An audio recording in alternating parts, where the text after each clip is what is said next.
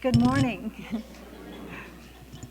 Because it's the month of Thanksgiving and we're all concentrating on developing an attitude of gratitude for our many, many blessings, here at Unity especially.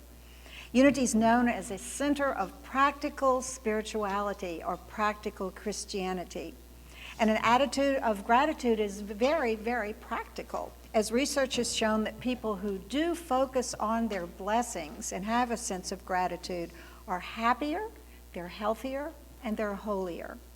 We talked last week about how sometimes it is difficult to be grateful when there is so very much that we want, but we don't have. Yet, there's always going to be the reality of the half-full cup. The unfortunate people see it as half empty. The fortunate people see it as half full. And it's really a matter of gratitude and attitude as to which way we do see it. And thus goes all of life. We can be so busy focusing on the things that we don't have that we completely forget about all the things that we do have. We all know that. And sometimes we just have to stop a moment, maybe for a whole month of Thanksgiving, to see things in perspective. For example, some of our half-full cup problems can be downright humorous. First world problems, as a friend of mine reminds me sometimes. Complaining about running out of low-fat hazelnut coffee creamer. I got in a real tizzy about that this week. Or not having time to schedule a pedicure. Or having to go through so many vacation pictures to get them in order. Or having to wait an extra day for that iPhone 7 to be delivered. Or being able to find anything to watch on your 500-channel Cox cable plan. Or being annoyed, I love this one, that PJ's isn't serving spiced pumpkin lattes this year. Or when they're serving cake on Fridays now, but you don't have to go into work on Fridays. All first world problems, and all recently experienced by me too, or heard about, and all reasons to laugh at our half-full cup. On a grand scale, some of our problems truly are about like these. In fact, that brings us to one of the things we should be grateful for, and that is humor and the lighter side of life, laughing at ourselves even. And this week, after all the election stress, I thought we could use a little walk on the funny wild side, both to make the point that we should be grateful for humor and maybe just to relax and chuckle a little together. I'd like to share some holy jokes that some of my preacher friends have been sending me for quite a while, jokes I've been saving for a special occasion. One minister said that he put a sign in his parking lot that said, "For members only, trespassers will be baptized." Another said, "Free trip to heaven, details inside." Another said, "Try our Sundays, they're better than Baskin and Robbins." Another said, "Come in and pray today, beat the Christmas rush." And come work for the Lord. The work is hard, the hours long, and the pay is low, but the retirement benefits are out of this world. I love the one that said, "If you don't like the way you were born, try being born again." Then there's the one about the elderly church member who called her minister from the church parking lot to report that her car had been broken into. She was hysterical as she explained the situation. "They've stolen the stereo, the steering wheel, the brake pedal, and even the accelerator," she cried. The preacher said, "Stay calm, I'm sending a board member." A few minutes later, the preacher got a call from the board member that said, "Disregard, she got in the back seat by mistake." Then there were the children's Sunday school notes to God. "Dear Mr. God, I wish you would not make it so easy for people to come apart. I've had to have 3 stitches and a shot this week." Janet, Dear God, it rained for our whole vacation, and is my father mad? He said some things about you that people are not supposed to say, but I hope you will not hurt him anyway. Your friend. I'm not going to tell you who I am. Dear God, I read the Bible. What does begat mean? Nobody will tell me. Love, Allison. Dear God, is it true my father won't get in heaven if he uses his bowling words in the house? Anita. Dear God, I bet it's very hard for you to love everybody in the whole world. There are only 4 people in our family, and I never can do it. Nan. Dear God, did you really mean do unto others as they do unto you? Because if you did, I'm going to fix my brother, Darla. Dear God, did you really mean for giraffes to look like that, or was it an accident? Norma. Dear God, in Bible times, did they really talk that fancy? Jennifer. Dear God, my brother told me about being born, but it just doesn't sound right. Marcia. Dear God, is Reverend Coe a friend of yours, or do you just know him through business? Donnie. Dear God, we read that Thomas Jefferson made light, but in Sunday school they said you did it. So I bet he stole your idea. Sincerely, Donna. Dear God, it is great the way you always get the stars in the right places at night. Jeff. For levity and joy and fun, I encourage you to be grateful. And as the French writer Marcel Proust said, let us be grateful for the people who bring us happiness. They are the charming gardeners who make our souls blossom. And when you think about it, in many parts of the world now and in many, many times in history, everyone's time was so absolutely consumed with grueling work and long hours just to have something to eat that night that there was no time for any kind of relaxation or the lighter side of life. There were no movies, shows, celebrations, concerts, parties, no Sound of Music to uplift one's spirits or Comedy Central to inspire laughs. We should all be grateful for fun and laughs and levity. The Hebrew term for gratitude is recognizing the good. Rabbi Joel Nickerson from Temple Isaiah in Los Angeles says, and I quote, "It's not about finding new forms of positivity in life, but rather reorienting yourself around things that you should already be grateful for. And not just the big obvious ones like good health or a job promotion, but small things too, like humor and everyday fun, even the fun of laughing at ourselves. A not so small thing that we all have to be grateful for, in fact, a huge thing, is the ever-present possibility of starting all over.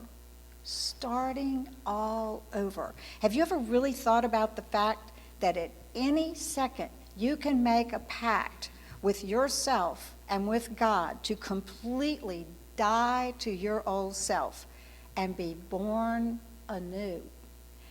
It makes no difference that others may not immediately notice, though they eventually will, but you will know. Just think, you can decide to be a more loving, more noble, more honest, more ethical, more helpful, more diligent, more compassionate, more anything person. On a dime, you can change. And if you turn yourself over to God for help and do your part in being present to your new goal, you can succeed. That is what the Bible and all spiritual teachings are talking about when they do tell us to be born again. There are still many spiritual groups and ceremonies where one does officially die to one's old self. We aren't stuck with our old programming or our old selves. Today, right now, right this minute, you can make the decision to just let your old self melt away and embrace the new you. Like the caterpillar abandoning its old chrysalis and becoming the beautiful monarch butterfly. I, for one, am very, very grateful for this possibility. We aren't like many animals, for example, who are just stuck with their instincts, stuck in their stimulus response patterns with little hope for change. We humans, especially we Unity students, know from many, many spiritual teachings that we can start all over as we discover higher and better ways to live. Today, our meditation will be in the form of Holy Communion, and I invite you to truly start all over today, to begin again, to be reborn, to let your old self die, and to be grateful that we have that opportunity. Another thing that we can be thankful for is the possibility of what the Course of Miracles calls holy relationships. We have the chance to convert all of our relationships into this beautiful kind of bond. Most material level of relationships are based on what people do for each other, kind of a tit for tat sort of thing.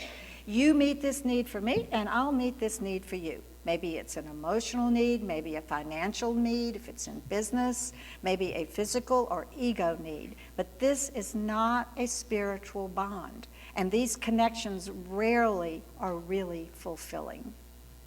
But we have the opportunity to cultivate true spiritual bonds, a holy relationship that enriches both parties. A relationship becomes holy when it is dedicated to seeing only innocence.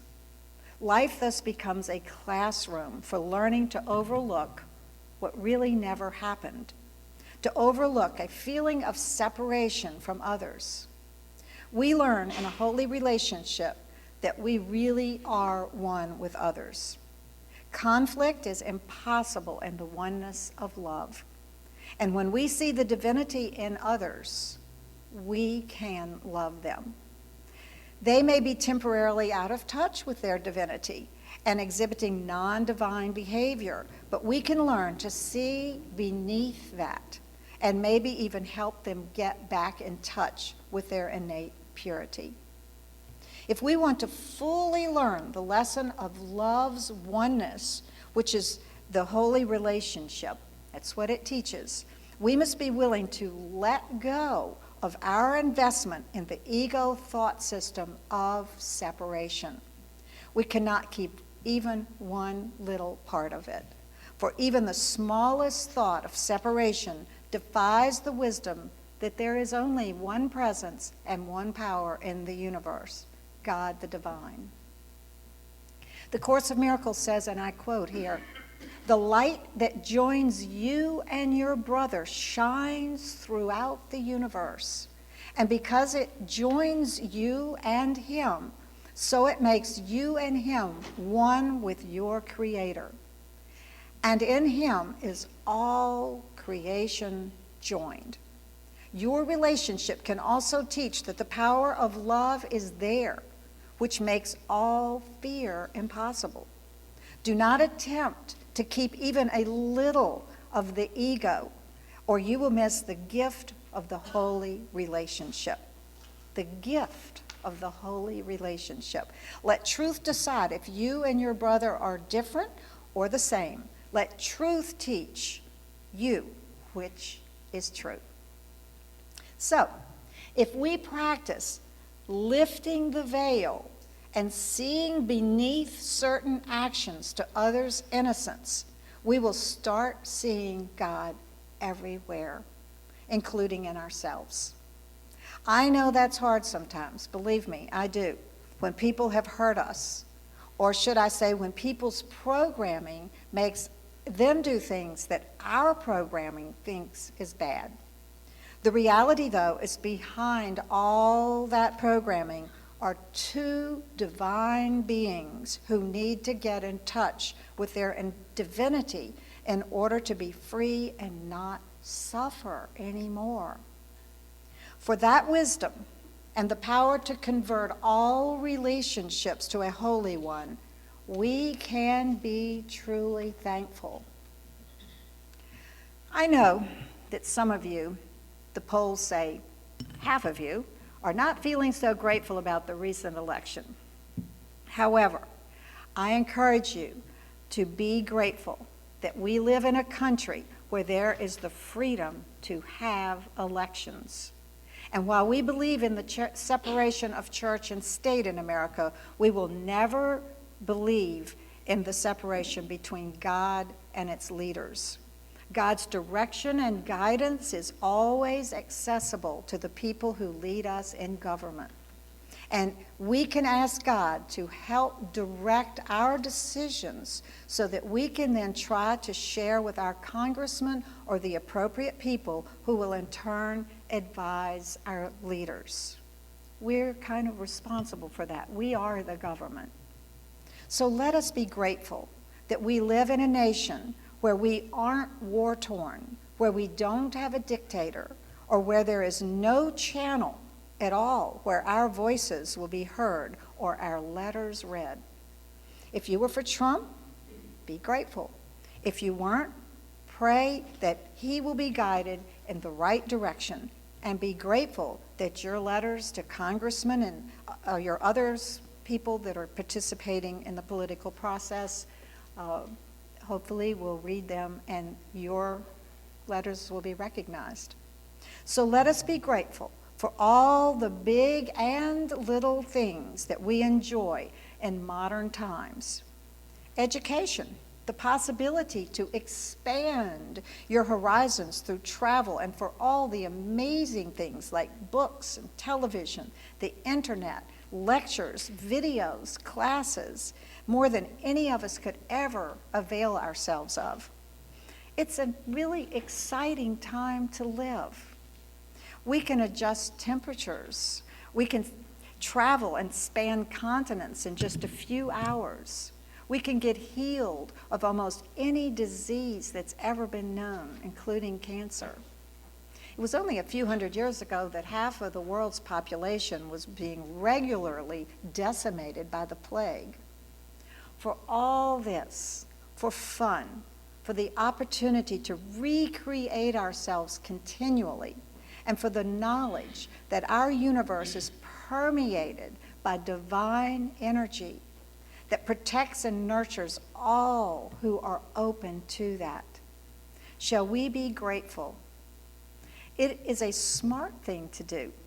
It's a healthy thing to do. And according to the Bible and many other spiritual teachings, it is a very holy thing to do, to be grateful. So I ask all of you in this month of Thanksgiving to begin to sensitize yourself to developing or redeveloping this year an attitude of gratitude for all the little things and the big things that we have. It will make you happier and holier and healthier. Amen.